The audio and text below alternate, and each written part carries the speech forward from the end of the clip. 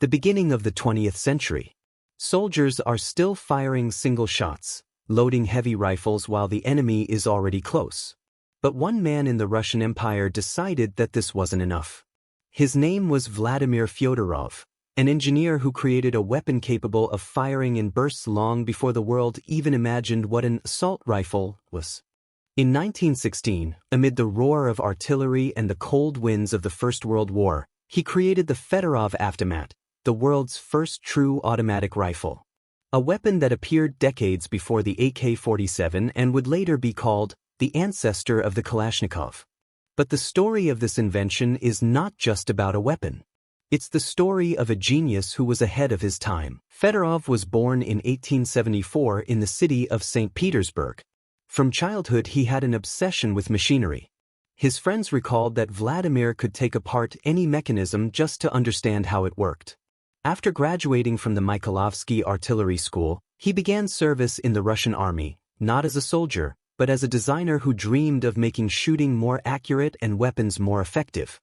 At the beginning of the 20th century, most of the world's armies relied on manually reloaded rifles, the Mosin-Nagant, Mauser, Linfield.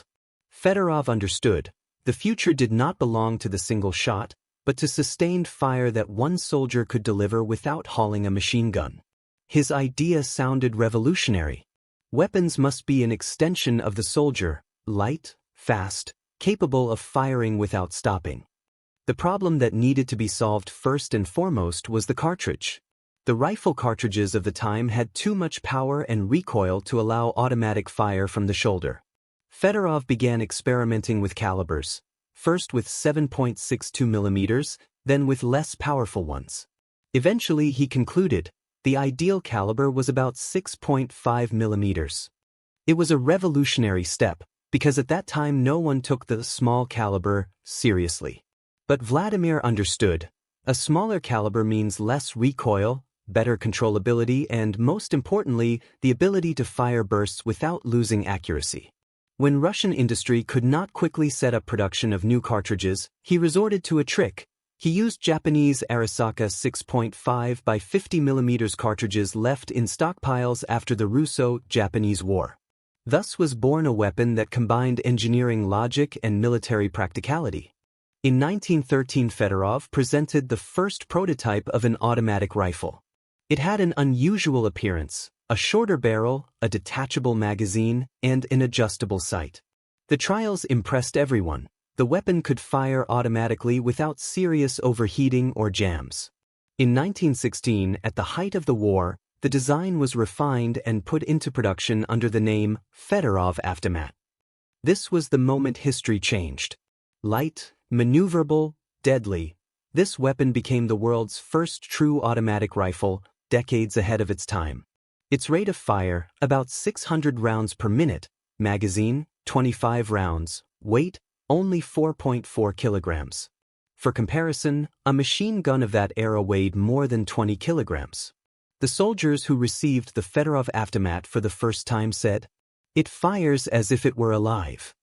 The first examples of the Fedorov Avtomat reached the front in 1916. They were issued to aviation detachments and special units that needed a light weapon with a high volume of fire. Soldiers quickly realized, this automatic rifle was an advantage. In trench fighting, where the enemy could appear a few meters away, the ability to fire bursts without reloading meant survival. The Fedorov Avtomat was so effective that it began to be called a small machine gun. But, as so often happens in history, genius met harsh reality. The industry of the Russian Empire could not provide mass production. A shortage of cartridges, a lack of steel, and the collapse of the empire, all of this halted the program's expansion. By the end of the war, about 3,000 automatons had been manufactured. After 1917, the world that knew Fedorov disappeared. The empire collapsed, and the fronts dissolved into civil war. Yet even in this chaos, his creation, the Fedorov Avtomat, did not vanish. On the contrary, the weapon, designed for the Imperial Army, now fought in the hands of soldiers of a new era. In the factories that once assembled Mosin rifles, there was now a hurried effort to set up production of automatic rifles. In the city of Kovrov, under the guidance of Fedorov himself and the young gunsmith Vasily Degtyaryov, a new workshop was established. It was there that the Fedorov Avtomat received its second life. By 1920, several hundred units had been assembled, and later more than 3,000, not many for a large army, but enough for the weapon to reach the front lines. It was tested in battles in northern Russia, in Karelia, and during operations against the White Guards. In cold, snow, amidst swamps and forests, it was there that the automatic rifle revealed its true strength. Lighter than a machine gun, yet deadlier than any rifle, soldiers could deliver continuous fire, covering the advance and retreat of small units, a decisive advantage in close combat. Commanders noted that even 20 soldiers armed with Fedorov's automatic rifles could hold back an enemy force twice their size. Reports from 1921 stated, Fedorov's automatic rifle is suitable for combat in forests and during night attacks. Its rate of fire creates the impression of numerical superiority. But even revolutions cannot change the laws of economics. The Avtomat used 6.5 mm Japanese Arisaka cartridges, since Russia had no intermediate caliber of its own. And although these rounds performed excellently in battle, they became increasingly difficult to supply. In 1925, production was discontinued. The Fedorov Avtomat was gradually withdrawn from service.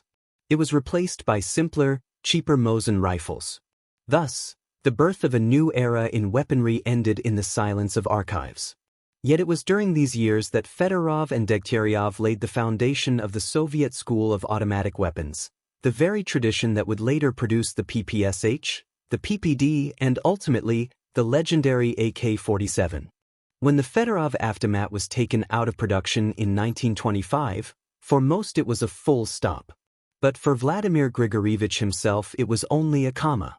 He remained working in Kovrov, where beside him labored the young engineer Vasily Degtyaryov, a man destined to become his successor.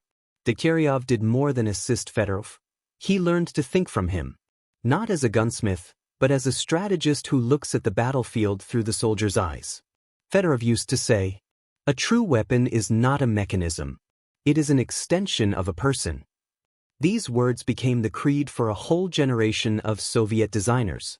After production of the Avtomat ceased, Fedorov did not stop. He began to systematically study the principles of automatic fire.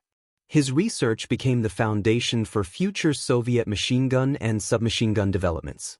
He was the first to introduce into Soviet technical terminology the term automatic weapon, laying out the classification of calibers, feed systems, and recoil mechanisms. During this period, Degtyaryov produced his own designs, the DP-27 and DSHK machine guns, which would later gain renown in the Second World War. But they all shared a common root in Fedorov's drawings. The gunsmithing school Fedorov founded in Kovrov became the cradle of Soviet engineering thought. Through it passed names such as Shpagin, Sudev, Semenov, and even the future genius, Mikhail Kalashnikov. By the 1930s, Fedorov was no longer working on specific models, but his influence was felt everywhere. Design bureaus quoted his works on recoil, balance, and ergonomics. His idea of an intermediate cartridge still seemed strange then, but later it became the basis for the 7.62 by 39 mm, the main caliber of the Soviet automatic rifle. One interesting fact survives in the archives. When Kalashnikov presented his first model of the automatic rifle in 1947, the commission included the old Fedorov. He could hardly see, but he heard the sound of a burst and smiled. "There it is," he said softly. "What we have been striving for all our lives."